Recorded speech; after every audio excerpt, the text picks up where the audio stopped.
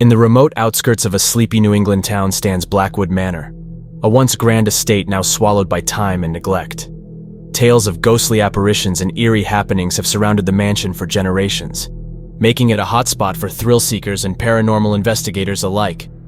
Despite its ominous reputation, the stories of what truly transpired within its walls remain shrouded in mystery.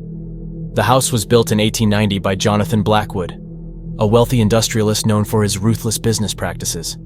He lived in the mansion with his wife, Eleanor, and their 2 children, Abigail and Thomas. Life seemed idyllic for the Blackwood family until a series of tragic events cast a dark shadow over their home.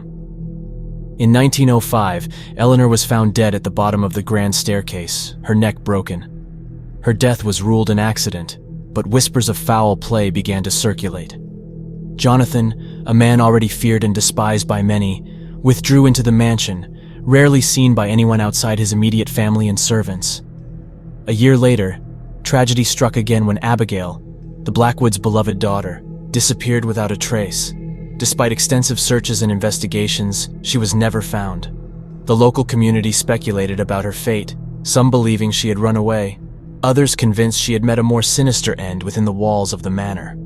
Jonathan's behavior grew increasingly erratic. Servants reported hearing him conversing with unseen entities late at night, his once commanding presence reduced to a shadow of paranoia and dread. In 1910, he was found dead in his study, an apparent victim of suicide. With his death, Blackwood Manor was abandoned, left to decay as nature reclaimed its grounds. The first documented paranormal investigation of Blackwood Manor occurred in 1947, led by Dr. Harold Cunningham, a renowned parapsychologist. Dr. Cunningham and his team reported a host of supernatural phenomena, including unexplained cold spots, disembodied voices, and objects moving on their own. Most chilling were the apparitions: a woman in a white dress, believed to be Eleanor, and a young girl matching Abigail's description. One night, while recording audio in the basement, the team captured a chilling EVP, electronic voice phenomenon. Amidst the static, a child's voice could be heard whispering, "Help me." The recording became infamous, sparking renewed interest in the mansion and its dark history. In the 1970s, a group of college students decided to spend a night in Blackwood Manor as part of a fraternity initiation. Armed with flashlights and sleeping bags, they settled in the grand parlor, its once opulent decor now rotting and faded. As the night wore on, they experienced a series of inexplicable events. Soft footsteps echoed through the empty halls, doors creaked open and slammed shut, and an oppressive sense of dread filled the air. Around midnight, one of the students, Mark, ventured upstairs to explore. He reached the top of the staircase where Eleanor had met her end and felt an icy hand grip his shoulder. Turning around, he saw no one, but the air grew thick with an unearthly chill. Terrified, he ran back to the parlor, only to find his friends huddled together, pale and shaking. They had all heard Abigail's voice pleading for help. Unable to endure the mounting terror, they fled the mansion, vowing never to return. Their experience became the stuff of legend, shared and embellished over the years, but none doubted the genuine fear they had faced within those haunted walls. In the early 2000s, the advent of modern technology brought new scrutiny to Blackwood Manor. Paranormal enthusiasts equipped with sophisticated tools aimed to unravel the mysteries once and for all. One such investigator, Lisa Matthews, had a particular interest in the case due to her family's connection to the Blackwoods. Her great-grandmother had been a maid in the manor during its heyday. Lisa's team set up a comprehensive array of equipment, including night vision cameras, motion detectors, and EVP recorders. The first night passed uneventfully, with only minor disturbances, a few flickering lights and subtle temperature drops.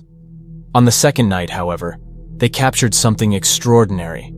In the dead of night, a camera stationed in Abigail's old bedroom recorded a translucent figure of a young girl standing by the window. She appeared sad, gazing out into the overgrown garden. When Lisa reviewed the footage, she was struck by the uncanny resemblance to old photographs of Abigail.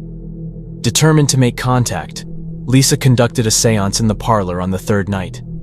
Joined by her team, they formed a circle, holding hands in the flickering candlelight. Lisa called out to the spirits of Blackwood Manor, inviting them to communicate. For a moment, there was only silence.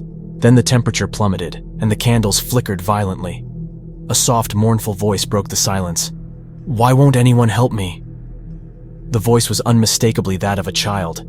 The team members felt a heavy weight pressing down on them, making it hard to breathe. Lisa, focused and undeterred, asked, "Abigail, how can we help you?" The answer came not in words, but in a rush of images flooding Lisa's mind. The grand staircase, Eleanor's fall, a hidden room behind the library, and Jonathan Blackwood's despair. Gasping, Lisa broke the circle, the connection severed. The following day, they searched the library meticulously, eventually discovering a concealed door behind a row of dusty bookshelves. The hidden room was small and cramped, filled with old documents in a single decrepit wooden chest. Inside the chest, they found Abigail's diary. The diary revealed the heartbreaking truth. Jonathan Blackwood had indeed murdered his wife in a fit of rage, an act witnessed by Abigail. Fearing she would expose his crime, Jonathan locked her in the hidden room, where she eventually perished, alone and terrified.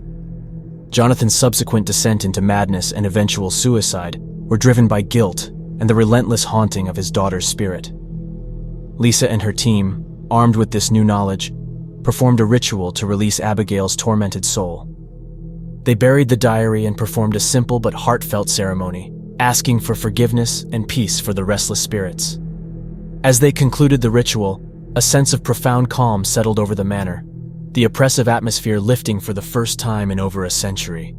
Blackwood Manor still stands, weathered and decayed, but now it feels more like a solemn monument to a tragic past than a beacon of malevolent energy.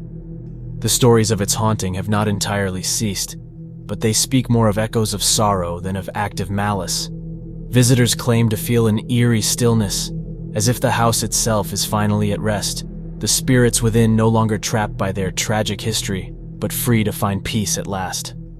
The tale of Blackwood Manor serves as a poignant reminder of how the echoes of past traumas can linger, and how the quest for truth and understanding can bring solace to both the living and the dead.